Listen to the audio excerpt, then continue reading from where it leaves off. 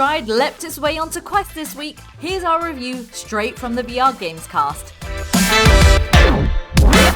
I mean, I had my whole script ready for cast, but Paradise DK in the chat just said, unfortunately, the Stride developer is not one that knows how to finish games, and that's kind of an interesting framing for where we're going with Stride. So this was obviously revealed last year, and the marketing pitch for it basically is Mirror's Edge in VR. No, it's not an official Mirror's Edge game, but it's as close as you're going to get to one in VR. Free running across rooftops, leaping, wall running, kind of pulling yourself over ledges, using a hook shot, using zip lines, all that kind of fun, fast-paced stuff that lots of people were always dreaming of. When the Oculus Rift first started becoming a thing, Mirror's Edge was very much one of those games where people were saying, oh man, imagine Mirror's Edge in VR. It took a long time to get there because you have to do a heck of a lot in terms of comfort and everything like that to make it even slightly feasible. What we're getting here, this is one of those technicality releases in that Facebook doesn't allow early access releases on the Quest store.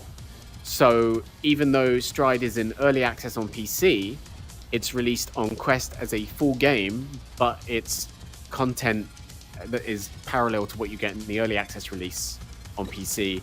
And there's still a story mode and multiplayer modes to be implemented into this version of the game.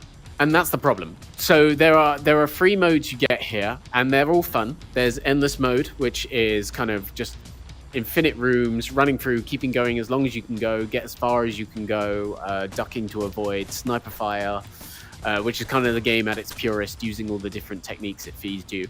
There's arena mode, which is what's on the screen right now, where you have like this kind of small cross-section of rooftops to be jumping over and doing like this rotating rota of 3 objectives, from taking out enemies to collecting suitcases to hitting checkpoints in a time. And then there's a time attack mode, which is a bunch of set courses that you can. There's 3-star ratings for based on how you complete, how fast you complete it. And they're all really fun, and they all speak to different strengths of the game. So endless mode captures the kind of variety that you can have of kind of dodging enemies, fighting back against them when you need to with a gun, using like diverging paths that you make kind of impulsive plans as you run, which is really, really cool. And then also, yes, the arena mode is a lot of fun in terms of it. I compare it in my review to like the beep test, or the multi-stage fitness test is the official name of that. Of that, you do an objective and then you have a couple of seconds where you kind of have to catch your breath, and then it's like, okay, you got 30 seconds to do the next thing. And it's kind of like that fitness endurance test, which I really, really enjoyed. And then there's the time attack mode, which is, take all the kind of agency out of it and just go as fast as you possibly can and do the set things that we're telling you to do. And the game's controls, I think, work really, really well. You kind of, you use the stick to walk, you shake your arms to run, and then you press the A button, but like throw your arms up to jump. And that's tricky to get used to, but once you get used to it, you get this sense of heft and athleticism with it that I think is quite unique. And you can get stuck in the environment and everything like that from time to time, but as far as it goes, that it's very, very polished in terms of all of those mechanics. The problem is those 3 modes feel like they are in service to a story mode or a multiplayer mode. They feel like they are the extras you go to once you've completed the other stuff.